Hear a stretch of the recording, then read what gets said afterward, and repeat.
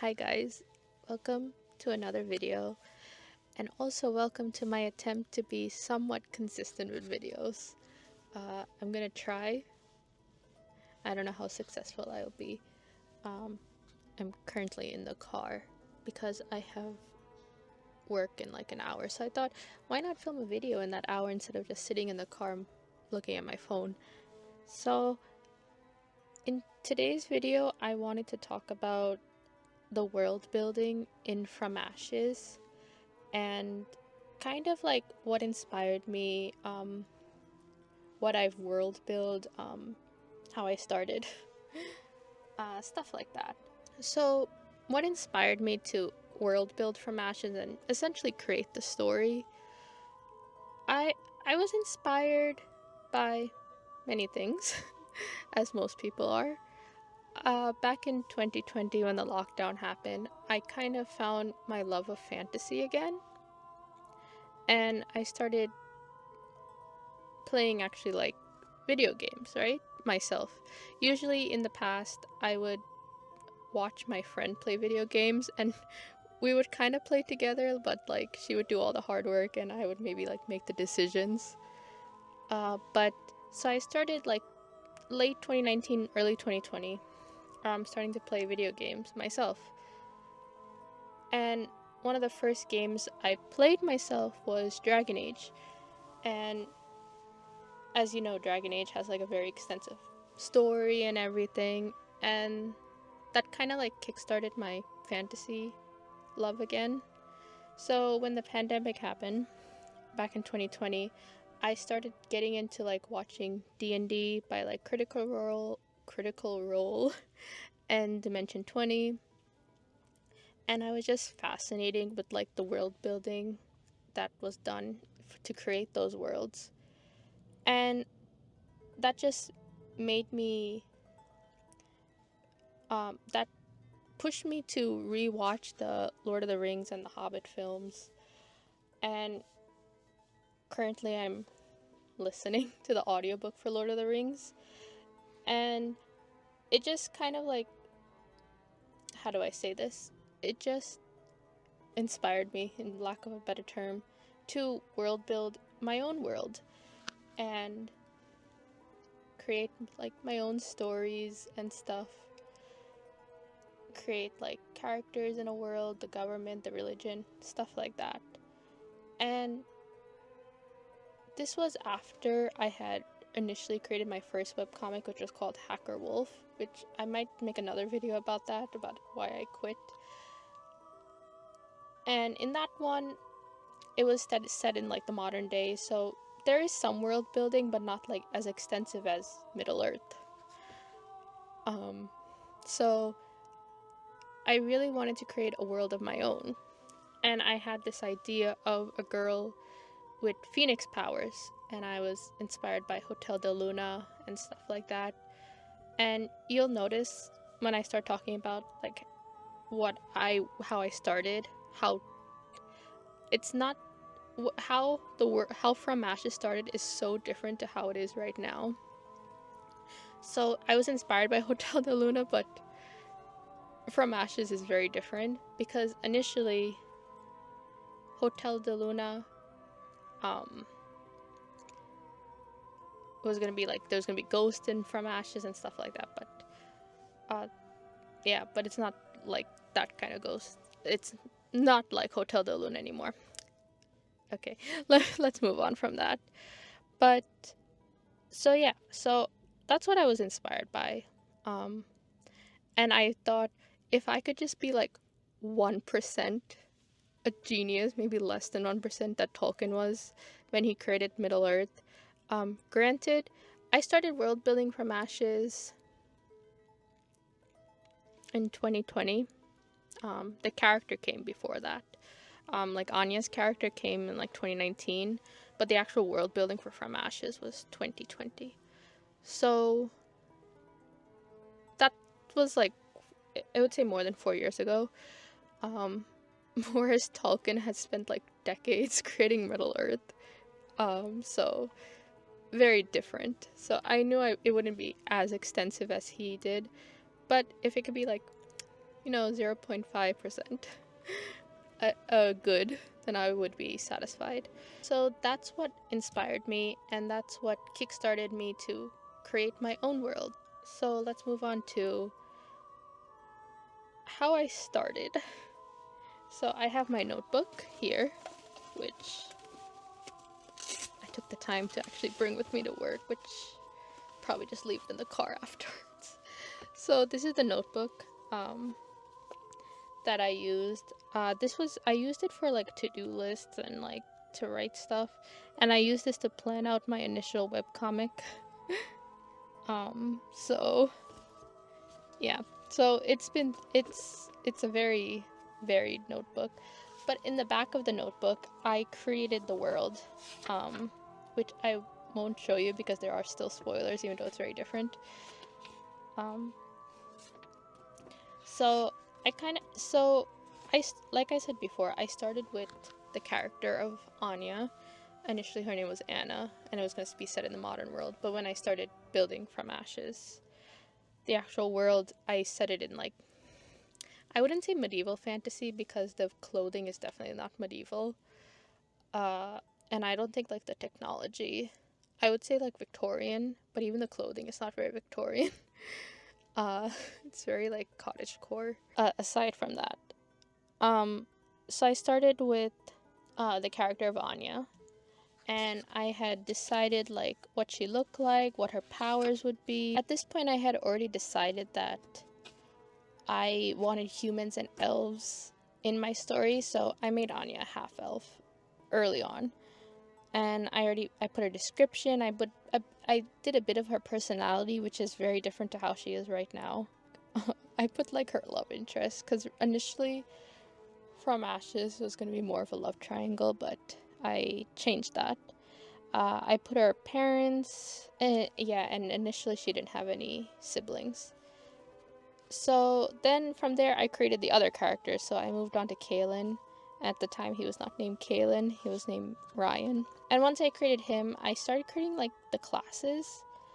And at first it was going to be Sorcerer, Warlock, and Wizard, and Rogue. And here you can see kind of like how D&D inspired me. Later on I simplified this. I just put magic under one person, essentially. So I had created Kaylin. I created some side character. I created Kaylin, then I created like the classes, which I ended up not using, and created some side characters, whose names have since changed. The only name that has stayed consistent is this one character you will meet in episode 3. He's the male character. His name is still the same since when I created it. I just liked his name. And from there on, I moved on to the history of the story, of like the before the main story, like any history that would be relevant in the main story. And then I created an outline of the story. And the outline is so different. It's very different to how it started. And then I created I went in more depth of the magic system, which is also very different. I'll probably do a separate video of just magic system of From Ashes when in the story I introduce more magic, because right now you only see Anya's magic and she's not using it that much. I think when like Kaylin and the other side characters will be introduced in later episodes, I'll do a video on the magic system. So yeah, and then I created like the government, the religion, the mythology in the lands. So that's kind of how I started. So I started with the character first before I started world building, and it really depends on you if you want to start with a character or like a place or anything. But I definitely think no matter where you start, you should try to make the world character focused, so your story will be character focused, if that makes sense. Because that's what people most care about is your characters. So yeah, so that's kind of where I started. And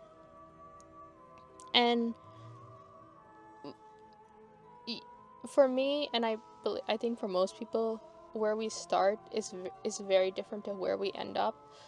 Like, Anya's whole personality has changed. I know this is about a world building. That's a good example. The government changed. The religion very much changed. Magic system changed. It's weird because it was much more complicated when I first started, but I made it much more simple. But by making it more simple, I was able to add more to it in a way. Like, I could add more details and stuff like that, if that makes sense, rather than it being complicated at first, and then like kind of adding more complications to it. I don't know if that made sense. So yeah, so that's how I started. Those are the things I started when I started world building. Was what I thought was important to the story when I first wrote it. Yeah. So from there, how extensive is the world of From Ashes? So as I said, a lot of it has changed. So what I've included, this is just going to be my list. The most important thing is the magic system, because the magic is important to the story. What I wanted is the different parts of the world to be important to the plot of the story and be relevant later on.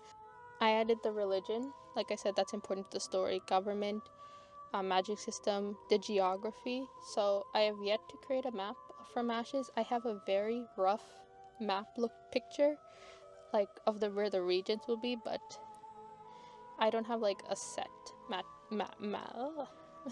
a set map picture, which I have to create because I definitely want to include it in the webcomic, in the webtoon. So yeah. Languages, there's going to be different languages. As I said before, there's elves, there's also dwarves, and there's another race that I have yet to introduce. You'll see a glimpse of them in episode 4. I split episode 3 into episode 3 and 4 because it was going to be 90 panels, and I don't have time to do 90 panels for an episode. So I split them up. So it's going to be in episode 4, you'll see a glimpse of the new race. Though by episode 4, you wouldn't have even met the dwarves. But you'll meet them in episode 5. So I created a bestiary too. Some magical creatures I wanted to add, which I was not going to do initially, but you already see a phoenix in my story, so I thought might as well add more magical creatures and kind of make the world feel more alive. Because it'll be weird if like only phoenixes and like certain magical creatures are there, but like not others. So to make it feel more real, I added more magical creatures that you will meet as the story progresses. Languages I already said, and there's going to be a calendar, which is not going to be like January, February, which is going to be very similar, but not the same. I'm sorry if I keep like looking this way and that. I'm in a parking lot and I keep looking at the birds and people. Anyway, so I have other things to add. As I said, I added the money. Just some things I added just to make the world a little more realistic too, and make it like actually feel like another place. Kind of like how Middle Earth feels like another world and it feels so real. But I'm only aiming for like 0.5%, maybe 1%, but it more like 0.5% of his realism. Because I only spent 4 years creating this world and he spent decades. And another thing is, I don't have like the entire world built out, as I've mentioned before. I only have like the details that I need for the part of the story I'm going to be working on for now. I have a timeline of what certain events is happening, when certain events happen. And as those events happen is when I world build, essentially. And what I mean by that is, if I know in like episode 20 something's gonna happen and I need this detail, I will start planning in like episode 5. So I'll be ready. And whenever I get ideas, I add to the world. I add to my documents and stuff. So you definitely don't have to have the entire world built, because you're gonna get ideas as you move on with the story. The most important advice I can give is to make sure you're consistent. So make sure you have a document with all your world building, so you can always reference back when you're writing scripts. Because that's what breaks reality a bit in the story, is when something's not consistent. Like, let's say you pass a certain law in the story, and then later on your character does something that breaks this law, but they don't mention it, even though earlier on in the story you mentioned this law. If that makes sense. So just biggest advice is be consistent. You can be as extensive with your world building as you want. There's no real rules. Just have fun. That's the biggest rule, and be consistent. 2 rules. Another thing is, if you're taking any inspiration by like different cultures, just to be respectful to those cultures. That's another thing. 3 rules. There's probably more rules. But yeah. So let's move on to the final point, is why world build in the first place. First, obviously, if you're creating a fantasy story, world building just helps make the world you're creating, your story, the world your story takes place, feel more real. And another thing, which I found after I started world building, that first point was what made me world build, but another thing was, it makes you appreciate the world you live in a little bit more, because when you world build, you're gonna gain inspiration from our own world. So a lot of like magical creatures and stuff in the world is inspired by like the mythologies in history and stuff. I think that just makes it more special when you gain inspiration from your own world. You appreciate this world a little more. Also, it's like a little bit of an escapism. It kind of like helps you break reality and just gives you something to do. And I don't know, it's fun. It's better than like doom scrolling on social media to create your own world with like languages and people who are kind of like, how do I say this? Kind of represent who you are. And I think that just makes it more special, because the world is a representation of who you are, and yeah, and that's really makes it even more special. So that is the reason I create my own world and created the world of From Ashes. I really do enjoy world building. Another advice I can give is don't get world building disease. Another advice I can give is don't get world building disease. That's when you're constantly world building and you never get around to writing your story. I had that for a long time. Like I said before, you don't need the entire world. Motorcycle. I should have stopped talking a while back. Like I said before, you don't need the entire world. You just need kind of what you need to start the story, and you can world build as you go along. And yeah, make sure you're organized too. And yeah, I think that will be the end of the video. This was kind of a jumbled mess. Even though I had an outline, I thought I would be more organized, but I will get better as I film more videos. And that is a big reason I want to film videos, is just to get better at like explaining myself. So yeah, I hope you enjoyed this video and it kind of helps you in your world building journey. Have fun,